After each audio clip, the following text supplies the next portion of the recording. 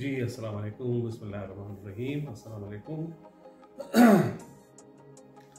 आगाज़ करते हैं अहमद फराज के चंद खूबसूरत शेरों से कि हर कोई दिल की हथेली पे सहरा रखे, हर कोई दिल की हथेली पे सहरा रखे, किसे आबाद करे वो किसे प्यासा रखे। मुझे नहीं अच्छा लगता कोई हम नाम तेरा, कोई तुझसा हो तो फिर नाम भी तुझसा रखे। कौन निभाता है उम्र भर ताल्लुक इतना, कौन निभाता है उम्र भर ताल्लुक इतना, ऐ मेरी जान के दुश्मन तुझे अल्लाह रखे। इतना भी न हंस फकीरों के अकेले तन पर, इतना भी न हंस फकीरों के अकेले तन पर, जा खुदा मेरी तरह तुझको भी तन्हा रखे। ये कनात है, अताअत है, ये चाहत है फरास, ये कनात है, अताअत है कि चाहत है फरास। हम तो राजी हैं वो जिस हाल में जैसा रखे।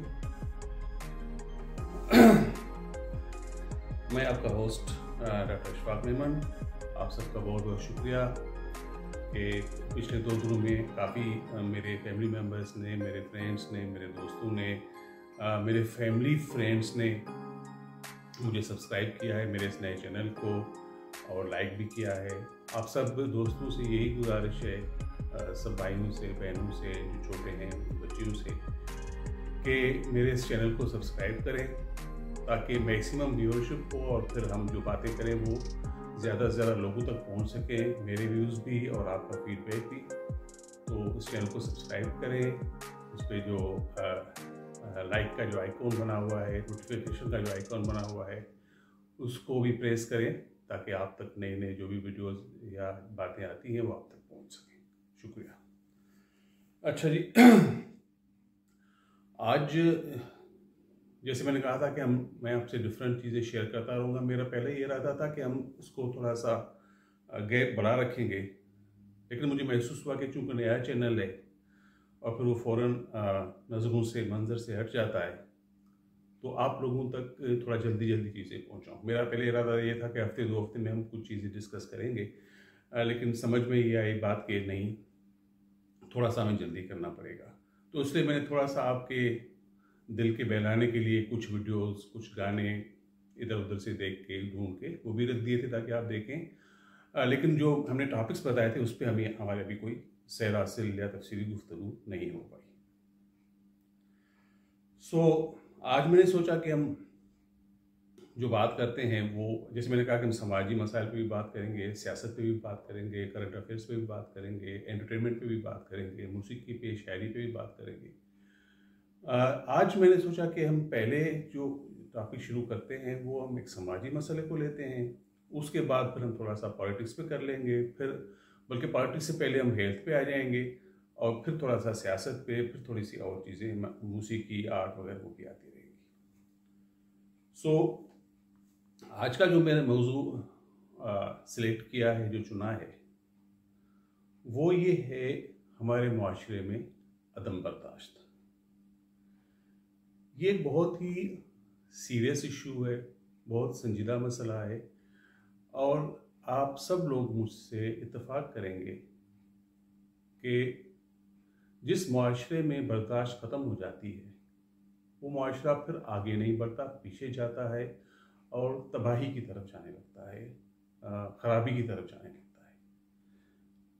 जो टॉलरेंस या बर्दाश्त का कल्चर है वो किसी भी सोसाइटी का आकाश होता है, उसके मैच्योर होने का आकाश होता है, उसके प्रोग्रेस करने का रिफ्लेक्शन देता है, आकाश होता है, और उसके आगे बढ़ने का भी आकाश होता है। लेकिन हमारे यहाँ ये चीज़ दिन ब दिन नापैद होती जा रही है। चाहे हम उसको अपनी पर्सनल लाइफ में देखें, चाहे हम उसको अपनी फैमिली लाइफ में देखें, चाहे हम उसको अपने जो ऑफिस की चीज़ें हैं उनमें देखें, या चाहे हम उसको अपने मज़हब के हवाले से देखें, तो ये चीज़ बहुत नापैद होती जा रही है। जैसे हम देखते हैं कि इख्तिलाफ राय करना जो है, हम कहते तो हैं सबका हक है, सबका जमहूरी हक है। लेकिन कोई थोड़ा सा हमसे बहस कर ले तो हमें गुस्सा आ जाता है, फिर हम दलील से हट के फिर हम शाउट करने पर, फिर हम तंजबाजी करने पर, फिर हम गालिन गलौज तक भी आ जाते हैं। ये सियासत में भी हो रहा है, ये मज़हब में भी हो रहा है। अभी एक हाल ही की मिसाल आपके सामने है, जो सियालकोट का एक बहुत ही अलमनाक वाक़या हुआ था, जिसमें एक श्रीलंकन जो हमारे साथी थे, जो श्रीलंका से यहाँ पे जॉब कर रहे थे फैक्ट्री में, उनको किस बेदर्दी से कत्ल किया गया। हुआ क्या था कि उनसे कोई कुरानी आयत थी, उसका एक पेज था जो कि ज़मीन पे गिर गया था। अब जानबूझ के गिरा या जाने में अल्लाह को मालूम, लेकिन गिर गया था। और जैसे उनको एहसास हुआ, उसने उसको उठा के वापस उसको वैसे ही टांग भी दिया, लटका दिया, डिस्प्ले कर दिया, लोगों से माफ़ी भी मांग ली। लेकिन उसके रद्दमल में जो उसके साथ हुआ वो हमारे मुआशरे पर, हमारे ऊपर एक दबाव है। अब ये जो चीज़ है, मैं अगर थोड़ा सा देखता हूँ, सोचता हूँ कि ये चीज़ तो हम करते रहते थे। हमें याद है कि अखबारात में भी अल्लाह के हिसाब के जो अहकामात हैं, अल्लाह के नबी हज़रत मोहम्मद सल्लल्लाहु अलैहि वसल्लम के जो अहकामात हैं, उनकी सुन्नत है, हुज़ूर की, अल्लाह के जो हुक्म हैं, जो फ़र्ज़ हैं हमारे ऊपर चीज़ें, वो किताबों में या अखबारात में शाया होती थी। हमसे कभी कोई फट जाता था, गिर जाता था, सफाई करते हुए घर में हमारी घर की ख़वातीन से गिर जाता था, तो हम उसको उठाते थे, चूमते थे, वापस ऊपर रख देते थे। कभी कभी शायद हमें पता भी नहीं चलता हो कि वो ज़मीन पे ही रह गया, कचरे में भी चला जाता था। अल्लाह में माफ़ फरमाए तो वनूज़। लेकिन ये चीज़ें सारी हमसे होती थी। लेकिन वो छोटी सी चीज़ थी, सब लोगों को उसका पता भी था, देखते भी थे। अब उसी चीज़ पे हमने किस तरह रिएक्ट किया, आप खुद देख लें। एक और मिसाल मैं आपको दूँ। जब हम छोटे थे तो जो हमारे जो वालिदैन थे वो तो हमें कहते ही थे, डांटते भी थे। खैर हमारे ऊपर तो उतनी सख्ती नहीं हुई, लेकिन ज़्यादातर घरों में सख्तियाँ भी हुई, लोगों को, बच्चों को मार भी पड़ती थी। लेकिन इवन जो उनके दोस्त होते थे, जिनको हम चाचा या अंकल कह के बुलाते थे, वो लोग भी हमें आकर समझाते थे, डांटते भी थे गलत बातों पर कि ये चीज़ गलत हो रही है। और उस पर हमारे अब्बा या हमारे घर वाले उनसे गुस्सा होकर लड़ने नहीं चले जाते थे, क्योंकि उनको पता था कि हमारे बच्चे की बेहतरी के लिए डांट रहा है। हमारे असातिज़ा की कितनी इज्जत हुआ करती थी, आप लोगों को पता है, मुझे पता है, कि हमें पता चलता था कि इस गली से उस्ताद आ रहा है, तो हम डर के मारे, इज़्ज़त के मारे, घबराहट में उस गली से गुजरते तक नहीं थे। हम आज तक अपने असातिज़ा के सामने सिगरेट तक नहीं पीते। मेरी उम्र कोई 62 साल है, उसके बावजूद मेरा उस्ताद आ जाए, चाहे मैं कहीं भी बैठा हुआ हूँ, मैं उसके एहतराम में खड़ा हो जाता हूँ उसके एहतराम में, और उसके घुटनों को हाथ लगा के फिर उससे मिलता हूँ, झुक के मिलता हूँ। ये हमारी तहजीब थी, ये हमारा कल्चर था। हमने दिखावे के लिए तो शायद हमने बहुत कुछ कर लिया, हम बहुत बड़े लोग बन गए शायद, लेकिन जो हमारी रवायात थी, जो हमारी घुट्टी में चीज़ें डाली गई थी, उनको शायद हम भूल गए। अब मज़हब को थोड़ा सा ले लें। अभी हमने बात की श्रीलंका के मैनेजर के साथ जो सान्या हुआ, कि जब हम छोटे थे तो मोहर्रम हराम के जो जुलूस निकलते थे, मैं सुन्नी मुसलमान हूँ, तो मुहर्रम के जो जुलूस निकलते थे हम उसमें शामिल होते थे।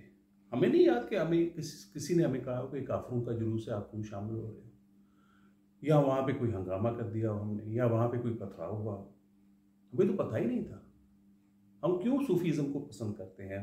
क्योंकि सूफीज़म जो है वो आपको बाहम जोड़ता है, वो आप में जो बर्दाश्त है उसका कल्चर पैदा करता है, वो आपको अगले दूसरे इंसान की, दूसरे मज़हब की, दूसरे के ख़यालात की जो रेस्पेक्ट है वो करना सिखाता है, उसके लिए आपको आमादा करता है, उसके लिए आपको मोटिवेट करता है। तो जैसे मैंने अर्ज़ किया कि हम जाते थे जुलूसों में, हमारे घरों से चीज़ें पक के, जो इमाम बारगाह थी या जहाँ से अलम निकलते थे या जुलजना के जुलूस निकलते थे, वहाँ पे हमारे घरों से बिरयानियाँ और जो चीज़ें होती हैं, छोले और इस किस्म की जो चीज़ें थी वो बन के जाती थी। वहाँ पे शरबत बन के जाते थे, हम खुद देने जाते थे, फिर पूरे जुलूस में हम साथ होते थे। ठीक है, हम मातम नहीं करते थे जो हमारे शिया हजरात हैं उनकी तरह, भाई बहनों की तरह, लेकिन हम उसमें शामिल होते थे और हमें किसी ने नहीं मना किया। हमारे ना इवन हमारे जो सुन्नी मौलवी थे वो भी मना नहीं करते थे।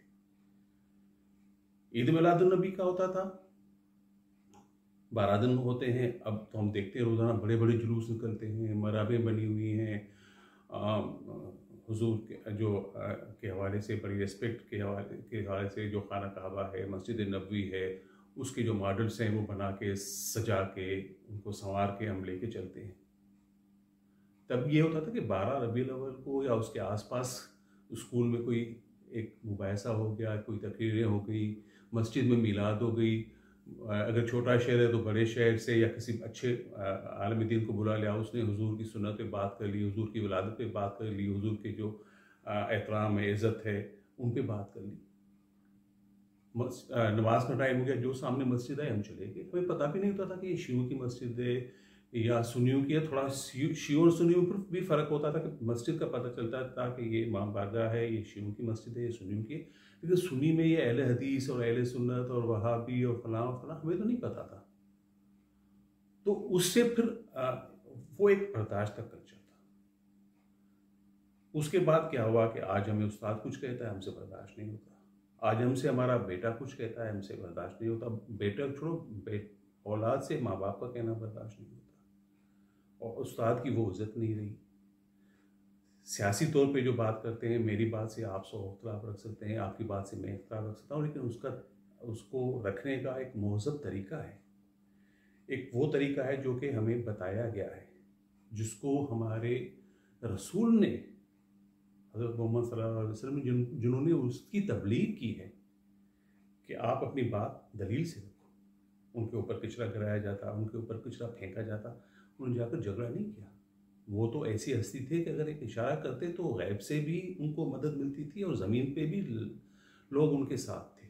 और बड़े बड़े उस वक्त के बड़े बड़ी जो शख्सियात थी, जो ताकतवर शख्सियात थी, वो उनके साथ थी। लेकिन नहीं, उन्होंने अपने अखलाक से, अपने खलूस से, अपने रवैये से, अपनी ज़ाती मिसाल से उस औरत के साथ डील किया, उस औरत को समझाया और उस औरत को इस्लाम के रास्ते पे ले आया। लेकिन अगेन वहाँ पे बर्दाश्त का आपको ज़रूर मिलेगा। अब ये सारी चीज़ें जो हैं वो हमारे मुआशरे से नापैद हो गई। उसी वजह से झगड़े बढ़ रहे हैं, उसी वजह से दुश्मनियाँ बढ़ रही हैं, उसी वजह से एक बहुत ज़्यादा पोलराइजेशन आ गई है हमारी सोसाइटी में। ये सिंधी है, ये मुहाजिर है, ये शिया है, ये सुन्नी है, ये इसकी मेरे बाबा की मेरे चाचा से नहीं बनती, चाचा की मामा से नहीं बनती, ये पीपल्स पार्टी का है, ये जमात इस्लामी का है, ये MQM का है, ये फलां का है, फलां का है, ये नून लीग का है। तो ये जो है वो तब भी होते थे, तब भी ये इख्तिलाफात होते थे। लेकिन समाजी गैदरिंग्स में हम जाते थे, शादियों में जाते थे, तक बीमारी में, किसी के अल्लाह न करे मौत पे, हादसे पे, सारे लोग इकट्ठे होते थे। ये नहीं देखा जाता था कौन सी ज़बान बोलता है, कौन सी पार्टी से, कौन से इलाके से। अब ये सारी चीज़ें देखी जाती हैं। जब आपके दिल में इतने सारे दरारें पड़ जाएं, इतने सारे सेल बन जाएं और इतने सारे फिल्टर लग जाएं कि आप देखने लगे कि ये कहाँ से आया है, कौन सी जमात से आया है, कौन से मोहल्ले से आया है, मेरे बाप से इसकी बनती है नहीं बनती, तो फिर उसका जो रद्द-ए-अमल होगा, उसका जो नतीजा होगा, वो यही होगा जो हम देख रहे हैं कि अदम बर्दाश्त है। मशाल खान को मार दिया, किस बेदर्दी से मार दिया, इसको कारोकारी पे मार दिया, उसको उसके साथ बात करने पे मार दिया, किसी को बात घूमते हुए मार दिया। पूछो तो सही में, किसी को आपने जिंदा जला दिया। मज़हब से इख्तिलाफ, इवन अल्लाह तौबा अल्लाह माफ़ फरमाए, मज़हब के बारे में नाज़ेबा चीज़ें पहले भी होती थी, लेकिन उनको समझाया जाता था। उनको माफ़ी की तो अल्लाह ताला ने, माफ़ी और तौबा की तो ज़िंदगी के आखिरी सांस तक इजाज़त दी हुई है। तब वो होती थी, लोग माफ़िया मांगते थे, लोग माफ़ कर देते थे और लोगों को जिनको माफ़ किया जाता था वो फिर उस पर अमल भी करते थे। लेकिन अब वो नहीं रहा। अब तो हमें घर का कोई फ़र्द कहता है तो हम कहते हैं तुम कौन हो तो कहने वाले। अम्मी अबू कह दे शायद उनका बर्दाश्त कर ले, लेकिन बाकियों का हम बर्दाश्त भी नहीं करते। तो ये आपके सोचने की चीज़ें हैं, आपके गौर करने की चीज़ें हैं। थोड़ा सा मैंने इसीलिए इस प्रोग्राम के शुरू में आपको अहमद फराज के चंद शेर सुना दिए थे, ताकि आपको थोड़ा सा उस तरफ आप चले जाएं, थोड़ा सा आपका दिल थोड़ा सा सॉफ्ट हो जाए, लाइटर मूड में आ जाए, फिर हम ये थोड़ी सी सीरियस बात कर लें। सो आज के लिए मैं इतना ही कहूँगा कि आप ज़रा गौर करें, ज़रा सोचें, और ये एक दिन का काम नहीं है, ये सेंसिटाइजेशन का काम है जो बहुत लंबे अरसे होता है। ये अवेयरनेस का काम है जिसको टाइम चाहिए होता है। मैं समझ रहा हूँ कि बहुत टाइम हो गया। मैं एक छोटी सी बात करके अपनी बात ख़त्म करूँगा कि हम सबको पता है ना, वैसे मुसलमान जब से हम पैदा होंगे कि इस्लाम में ये चीज़ें जो है फ़र्ज़ है। मैं नमाज की बात कर लेता हूँ, हम सब पे फ़र्ज़ है ना, किसी को माफ़ी नहीं है। बीमार को भी माफ़ी इस हद तक है कि वो एक जगह बैठ के पढ़ सकता है, मस्जिद तक न जाए तो ठीक है, वो बैठ के कुर्सी पे या अपने बिस्तर पे पढ़ सकता है। लेकिन माफ़ी इस्लाम में नमाज की कोई नहीं है। नमाज आपने पढ़नी आप पे फ़र्ज़ है, ठीक है। और हमें बचपन से ये बताया जाता है कुरान शरीफ में हर, चलो हम जैसे जो है वो जुमे के जो नमाज़ पढ़ने वाले वो जुमे के खुतबे में ये बात सुनते चले आ रहे हैं, 60 सालों से हम सुनते चले आ रहे हैं। लेकिन सुबह जब हम उठते हैं ऑफिस जाने के लिए, 8 बजे निकलना होता है, 7 बजे उठते हैं। आजकल के दौर में 6:30 बजे नमाज होती है, आधा घंटा पहले हम नहीं उठेंगे। क्यों? क्योंकि 3 चीज़ें होती हैं। एक होती है नॉलेज, एक होती है प्रैक्टिस, एक होता है एटीट्यूड। हम अब इस वक्त सिर्फ नॉलेज का जो मरहला है उसमें है कि मुझे भी पता है कि हम अगर हमारे माशरे में टॉलरेंस का कल्चर चला गया है तो गलत है। इसी तरह मुझे भी पता है कि नमाज जो पढ़ना है वो कितना ज़रूरी है, हम मुसलमानों के लिए, एक मुसलमान के लिए कितना फ़र्ज है। लेकिन अभी वो चीज़ नॉलेज में तो है, लेकिन हमारे प्रैक्टिस में नहीं है। उसके बाद वो एटीट्यूड हो जाए, ऑटोमेटिक वो चीज़ें होने लगती है। जैसे आप ऑफिस जाते हैं, ऑटोमेटिक आपने 7 बजे उठना है, आपने ब्रश करना है, आपने शेव करनी है, आपने शावर लेना है, आपने नाश्ता करना है, अपने शूज़ पहनने हैं, कपड़े पहनने हैं, और आपने अपने ऑफिस के लिए निकल जाना है। एक समझ लो कि एक ऑटोमेटिक एक रोबोट की तरह हो जाता है, तो वो आपका एटीट्यूड बन जाता है। वो एटीट्यूड हमने नहीं बनाया, और वो एटीट्यूड आता है आपकी प्रैक्टिस से, और प्रैक्टिस आती है नॉलेज से। और नॉलेज को प्रैक्टिस में कन्वर्ट करने के लिए और प्रैक्टिस को एटीट्यूड में कन्वर्ट करने के लिए बहुत ज़्यादा आपको सेंसिटाइजेशन की ज़रूरत होती है, बहुत ज़्यादा अवेयरनेस की ज़रूरत है, बहुत ज़्यादा एडवोकेसी की ज़रूरत होती है। तो मैं सिर्फ ये कहूँगा कि आप थोड़ा सा इन चीज़ों पे सोचें और थोड़ा सा अपने आप में तब्दीली लाने की कोशिश करें। तब्दीली दुनिया का सबसे मुश्किल काम है। मैं इस तब्दीली की बात नहीं कर रहा जो इमरान खान वाली तब्दीली है। अपने अंदर जो तब्दीली लाना है, अपनी सोच में, अपने एटीट्यूड में, अपने रवैये में, अपनी आदतों में, अपनी नेचर में तब्दील लाना एक्स्ट्रा ऑर्डिनरी इंसान का काम होता है। तो थोड़ा सा आप इस पर सोचें कि हम कहाँ जा रहे हैं। हम बहुत ज़्यादा गलतियाँ तो नहीं कर रहे हैं।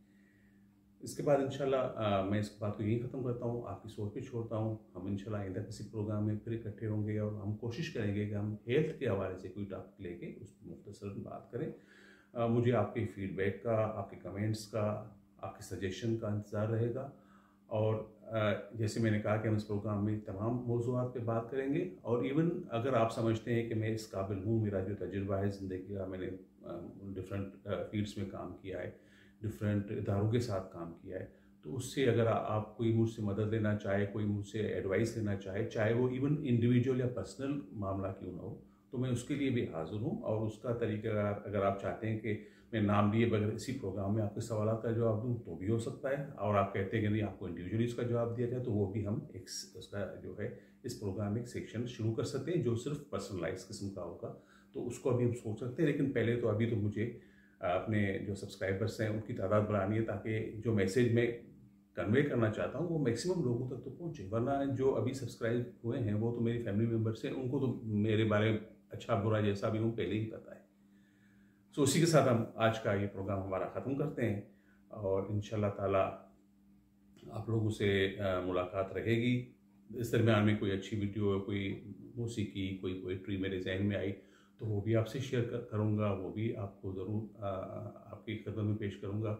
और मुझे आपके एडवाइस का, आपके कमेंट्स का, आपके फीडबैक का इंतज़ार रहेगा। और एक बार फिर आपके लिए ये अर्ज़ है, गुजारिश है कि अपने दोस्तों को, अपने फैमिली मेम्बर्स को, अपने जानने वालों को कहें कि मेरा ये चैनल देखें, इसको सब्सक्राइब करें और नोटिफिकेशन जो आइकॉन है उसको प्रेस करें ताकि आपको सारी चीज़ें वक्त पे मिलती रहें। बहुत बहुत शुक्रिया। खुश रहें, आबाद रहें। अल्लाह आप सबको खुश रखे। अल्लाह हाफ़िज़।